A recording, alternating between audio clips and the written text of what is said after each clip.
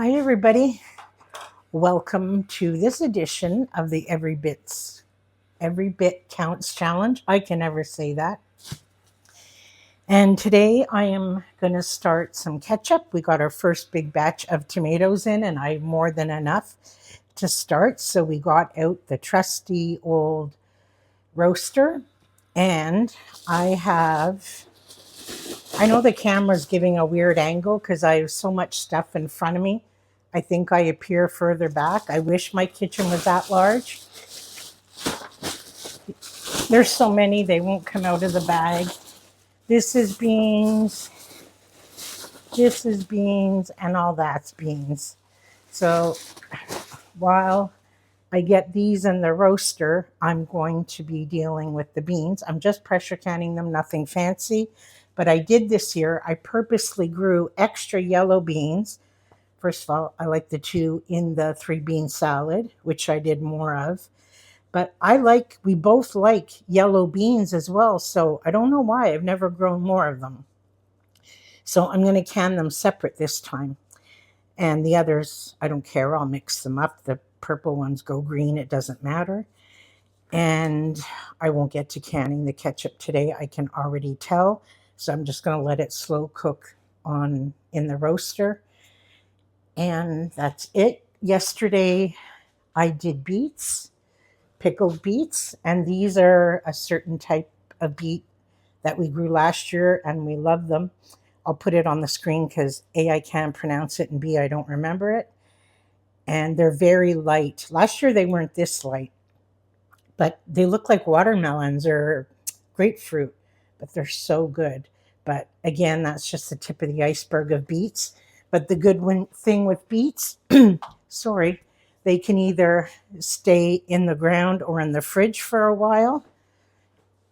And this was the other batch of the 3-bean salad that I did. So if we still have more and more beans coming in, I might do another batch of that, but I think we're okay. So less talking, and I'm going to pull up a stool this time and chop away at the beans. So I'll bring you back later when things are done or in the midst or something like that. I'll see you soon. Hi, everybody. First of all, I'm talking really loud and I'm really sorry because we have people working in our backyard right now, and I missed my window to talk to you, and they're going to be working and I can't help it at this point. I thought I would run the clock and beat them to it, but anyway, I'm sorry about that. You're going to hear it. The whole house is shaking. So this is 2 days later from where I left you off. And this time it wasn't because of me. There's a day in between. Our water pump broke 2 days ago. And for those of you that live without sewers and city water and all that, who have a well and a water pump and water systems, when you don't have a water pump, you don't have water. And our water pump is less than 4 years old. When we moved in here, we had to put in a whole new water system, a very, very expensive, sophisticated water system. So we were very flabbergasted, to say the least, that it broke. So finally last night we had the plumber come. He got a new one and changed it. So when we don't have a water pump, we don't have water, we don't have toilet water, we can't water the animals, anything. So we used up a good chunk of our reserved water that we keep like in storage, all the water that I can. So now I have to replenish all that. So I couldn't do a thing yesterday, nothing. And it's just like when the power goes out, when you go to turn the tap on all the time, it was awful. So today I'm back and I'm going to pick up where I left off. I have to finish the ketchup. Right now it's just a thick tomato sauce. So I'm going to finish that off. I'm not going to bother filming it because of the noise. I will link a video down below of the recipe and how I do it and everything. And I will be making it several times through the month of August. I can fill you in more on that. And I finished all my beans. I can show you that. I'm just trying to keep it really short right now because of the earthquake that's happening behind me. Anyway, I think that's it. I'm going to get working on this and a few other little things to do. And hopefully, I'll catch up with you tomorrow when it's a lot quieter. So I'll see you then. I'm coming. I'm coming. I'm coming. I'm here. There. Oh, oops. Now I dropped one. Oh, it's so hot out. And I cut myself. Oh, boy, did I ever. Hold on a sec. Sorry about that. Ever since I've had to take a baby aspirin every day, the smallest nick that I get doesn't stop. And I didn't even feel it happen. So, anyway, today I'm excited because I have never done this with you. And I haven't even done it myself in several years because I could never grow celery properly or enough. It's been quite a few years since I've been able to grow enough to make a substantial canning session. And I did do it maybe 4 years ago, and I only ended up with a few jars. And I know I did it once when the celery was on sale, but this is our own celery. And because it's doing so well and I have so many plants that I want to can it. And I know it sounds funny, canned celery, but I've dehydrated some already, but I'm not terribly fond of it dehydrated. But what I do love is canned celery for soups and stews. Now, of course, it's going to be already cooked. So when you add it to your soup or stews, you only put it in at the very end. But even better than the celery is the liquid. It is the tastiest, even from carrots or other vegetables that you can. Oh my God, it's like liquid gold, the taste that it makes. So I always put it in whatever I'm cooking, the soup or the stew or whatever. So I'm going to get chopping. I'm not even washing them first. It's easier if I chop everything up and then wash it several times. The thing is, with canning celery, it's better to blanch it first for about 2-3 minutes because it'll retain its color better and it makes it a wee bit more pliable in the jar to get as much in as you can. Now, I'm going to do some in half pints and I'm going to do some in pints. I'm saying I'm going to do a lot. Probably by the time I get through all this, it won't be as much as I think. I still didn't cut it all, but I'll see how it goes. I took out, oh, the water's boiling. I took out my double decker because if I do more in half pints, I may have to use the second level.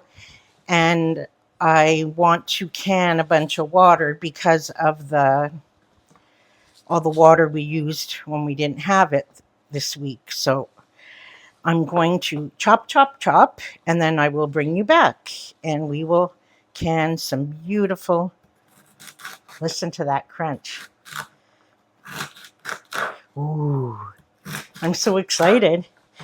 So I'll get it all prepared, set everything up, and then we'll come back and can some celery. Okay, I've washed and rinsed everything 3 times, and I'm hoping to get everything in one pot. And by the time it comes back up to a boil, that will be blanched enough.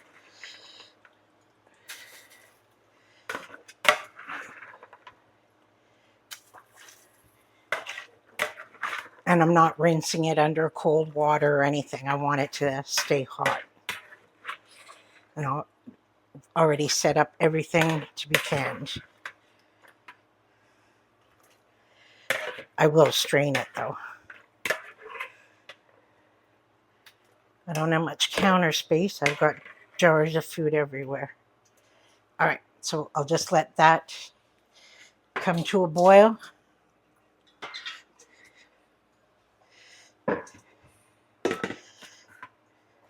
I forgot to mention that you need to boil water. I just did it in my kettle because you have to backfill with water. So my kettle's hot. I've been warming my jars.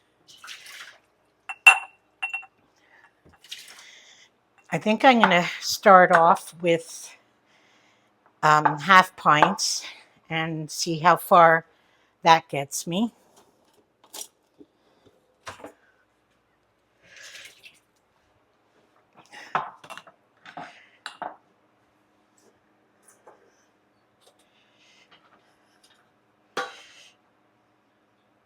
See that beautiful celery? And we're going for a 1-inch headspace.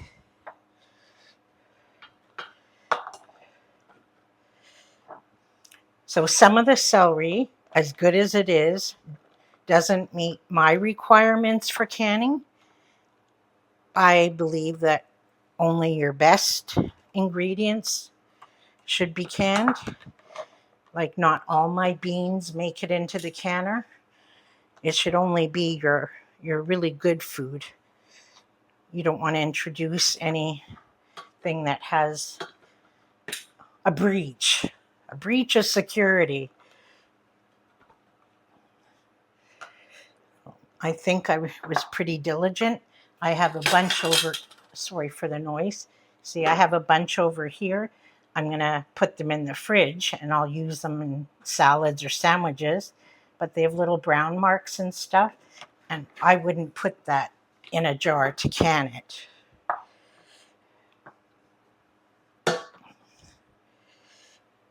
So I'm not adding salt or anything to these. I'm just leaving them as is. All right, so now I'll start filling with water.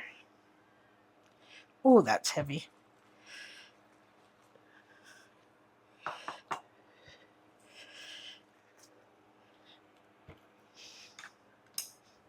And debubble.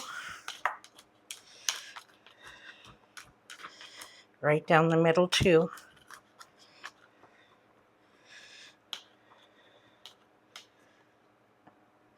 That looks just about perfect.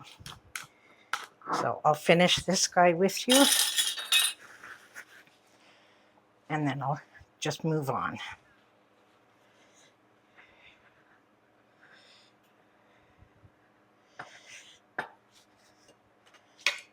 Clean lid.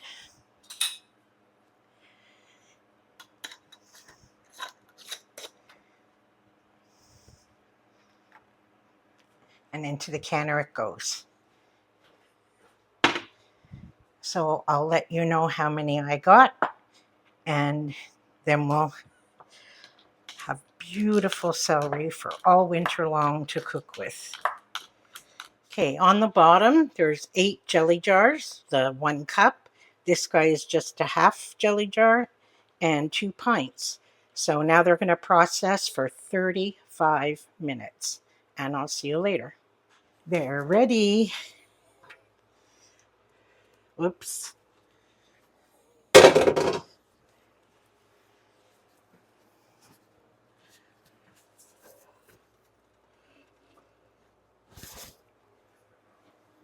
You see? They do go a lighter green, but like every other vegetable, they do lose their color a bit, but I think they're beautiful. Yes, I should put the big ones in the back so you can see better.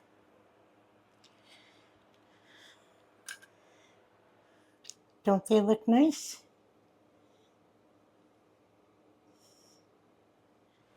And look what Frank just brought me in. So I guess I'm making more ketchup tomorrow. I'm really focusing this summer, really just on ketchup, pizza sauce, and tomato sauce. I don't think I'll even have as many tomatoes as I usually do, which is fine. I plant way more than I need. So, probably in the next garden tour, I'll explain why. If I didn't in the other one, I don't remember. So, I might even get these going in the roaster tonight. And that's it. It's almost supper time, so I can maybe clear some counter space somewhere. I don't know. Anyway, I'll see you for the next preserving project. Hi, everybody. Well, today's going to be an easy project that I'm filming. I'm still doing other projects, but they're very repetitive. Another ketchup, another beets I'm going to get going on. So, but we finally, or Frank did actually, cut all the garlics. And it's a good lot for us. But what I'm going to do specifically is take all the small ones that neither one of us really likes to play with when you're getting ready to cook.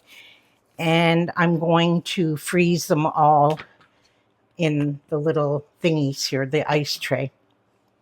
I'll put a touch of olive oil so they all clump together. And that way, particularly Frank, he does a good chunk of the cooking lately, like for supper.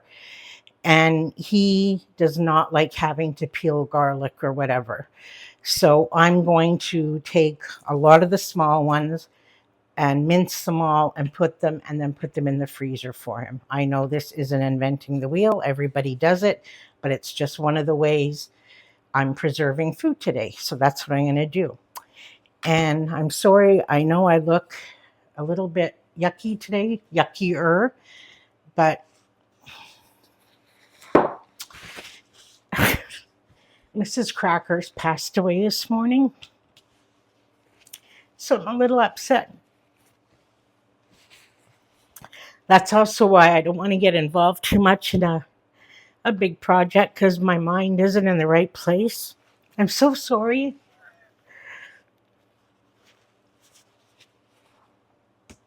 I'll talk about it later when I can talk about it, but I'm just a little bit upset right now. So I'm just going to get working on this. And also, if you're new here, I'm sorry. I try not to cry very often. And I make these Every Bit Counts challenge videos more talkier or longer than a lot of people doing the challenge because I'm not physically able to film every day. So I tend to make mine more chattier, and I love chatting with you all. So that's why I do it. So mine are more of like, come into my kitchen, sit down, and let's talk. And I can't film every day, so I make each thing a little bit longer, but rest assured, I do preserve every day. I'm actually preserving 2 or 3 times a day. I just don't film it all.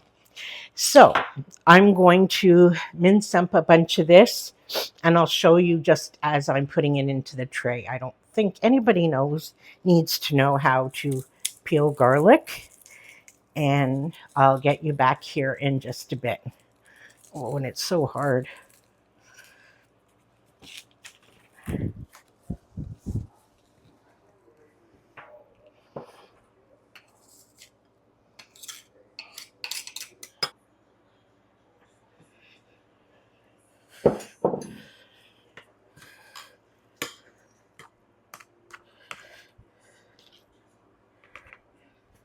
Just going to pop these into the freezer. And I managed to fit the rest all into one basket now. And when they're done, I'll just put them, I don't know, into a little container or freezer bag, something like that. And that's it for this part of the Every Bit Counts challenge.